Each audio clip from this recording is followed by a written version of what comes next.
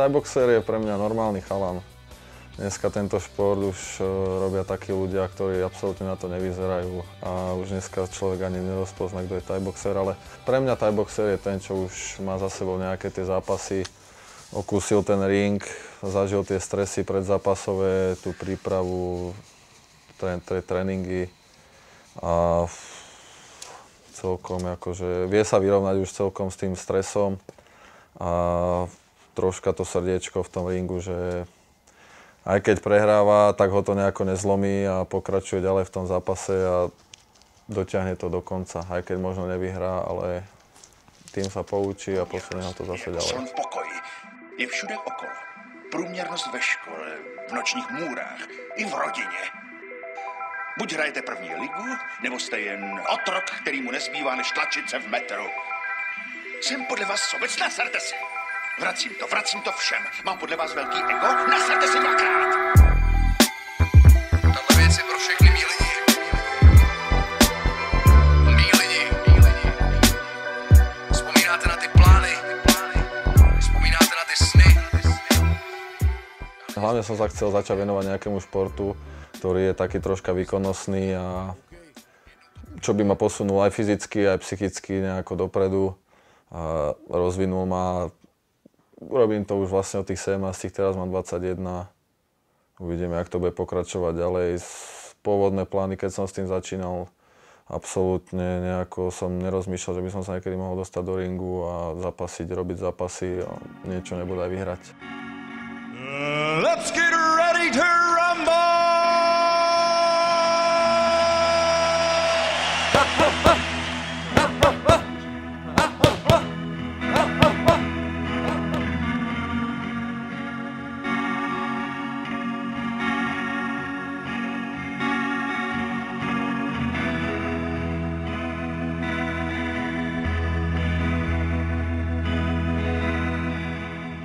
Keď som začal s Thai boxom, tak si myslím, že sa nič nejako nezmenilo. Ja si myslím, že ľudia ani nevedia, čo robím a to je fajn.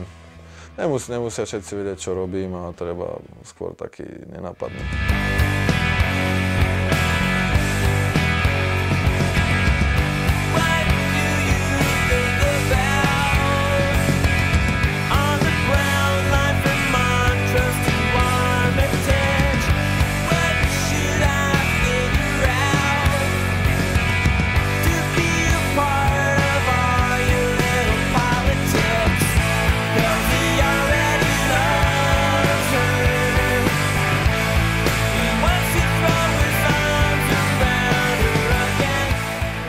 Predtým som jazdil na skejte zhruba 7 rokov od svojich 10, kedy som začínal. Bolo to v roku 2001, ak si dobre pamätám.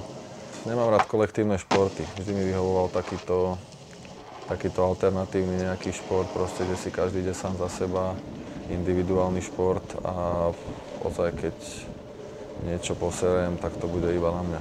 Jak by som mohol porovnať takto skateboarding a Thai box, tak určite sú to tvrdé športy, povedal by som možno, že skateboarding je aj tvrdší, keďže niekedy sa človek trápi s jedným trikom celý deň, je celý obitý do toho ringu, väčšinou ide pripravený na to, že ide bojovať a bojuje 10 minút, 15 alebo 6 minút iba.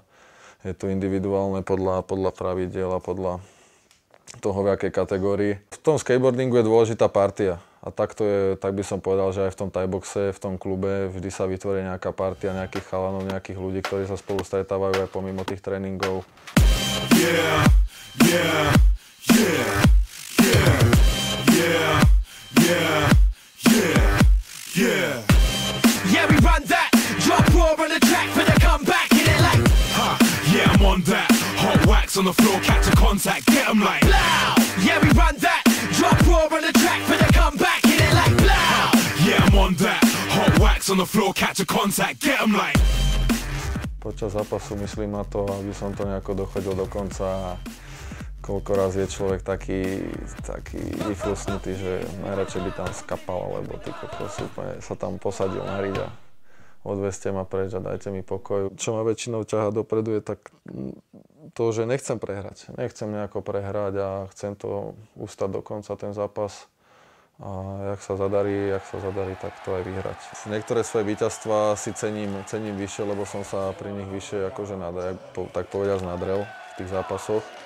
A niektoré som vyhral tak, že ani som nečakal a bol koniec po tom zápase. Čo sa týka aj toho môjho posledného zápasu, kedy som vyhral vlastne svetový titul o svetový opasok organizácie WKF, World Kickboxing Federation, do 96,4 kg. To sú také tie, v týchto športoch, čo sa týka boxe, v thai boxe, to sú také tie najkrajšie trofeje, to keď človek vyhrá, tak mám z toho takú radosť, že si na čo zavesiť na poličku a na čo sa tam pozrieť.